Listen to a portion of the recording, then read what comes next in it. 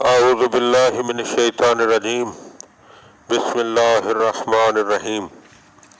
مولا کائنات حضرت امیر المومنین علی بن ابی طالب علیہ السلام کے مجموعہ کلام نہج البلاغہ کے تیسرے باب کا 445 نمبر فرمان۔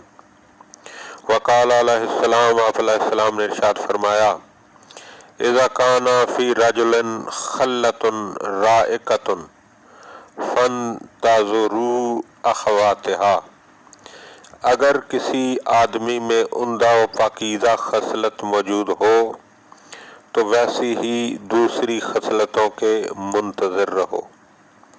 مقصد یہ ہے کہ انسان میں جو اچھی یا بری خصلت پائی جاتی ہے وہ اس کی افتاد طبیعت کی وجہ سے وجود میں آتی ہے۔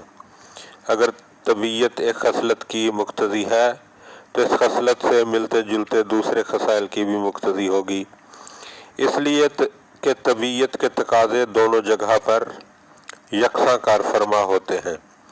چنانچہ اگر زکوٰۃ و خمس ادا کرتا ہے ایک شخص تو اس کے معنی یہ ہیں کہ اس کی طبیعت میں بخل نہیں ہے، لہذا اس سے یہ توقع کی جا سکتی ہے کہ وہ دوسرے امور خیر میں بھی خرچ کرنے سے دریغ نہیں کرے گا۔ اور اسی طرح اگر کوئی شخص جھوٹ بولتا ہے تو اس سے یہ امید بھی کی جا سکتی ہے کہ وہ غیبت و چغلی بھی کرے گا، کیونکہ یہ دونوں عادتیں ایک دوسرے سے ملتی جلتی ہیں۔ تو خداوند عالم کی بارگاہ میں دعا ہے کہ وہ ذات محمد و آل محمد کے صدقے میں ہمیں اچھی خصلتیں اپنانے اور بری خصلتوں سے دامن بچانے کی توفیق عطا فرمائے۔